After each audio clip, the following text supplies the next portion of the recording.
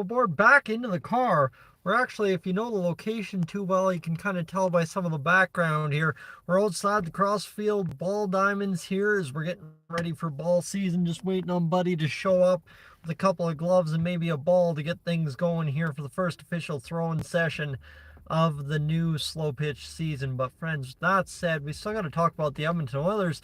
The regular season still ain't done yet, and my goodness, we still got, well, playoffs to come. So what we're talking about today, kind of a follow-up to yesterday's video in which we were discussing things about the Oilers and kind of how things shake out, and obviously how the Oilers desperately need to find a way to do anything it takes to win a hockey game in the playoffs. Well, guess what? We still got to get to the playoffs. And talking about the regular season, there's a lot to be decided within the Pacific Division still, right? Whether it's going to be Vegas or LA in the third hole, or maybe it'll be Vegas and LA in the 2-3, who knows?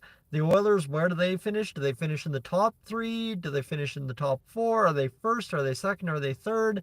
Where do they end up slotting out? And that's going to be a very interesting conversation for a lot of us. But one thing we didn't ask about yesterday that is still very much so on the table for our Edmonton Oilers is, will the Oilers find a way to win the division still, right? We know the Oilers get hot famously down the stretch every single season, and you got to figure the Oilers have that in them themselves this year, getting through quite a few tough parts of the schedule so far this year. So I'd assume if all goes according to plan for the Edmonton Oilers here over the next little bit, we very well, with games in hand on Vancouver, kind of the schedule we have, we beat some tough opponents here in the next little bit. We could find a way to beat Vancouver in the standings and take home first. And the only reason I'm intrigued in talking about that is for the Oilers right now, as Buddy with Gloves just showed up. For the Oilers, if you get through the first round not having to face Vancouver or LA, or Vancouver or Vegas, sorry, likely one of those two teams have taken the other out in the first round in the 2-3 matchup. That is the big key part. And will the Oilers do it? Can the Oilers do it? I don't know. I'm hoping they can, because you avoid a lot of headache putting up Vancouver and Vegas in an absolute slugfest in the first round if you can indeed beat Vancouver for first place in the Pacific Division.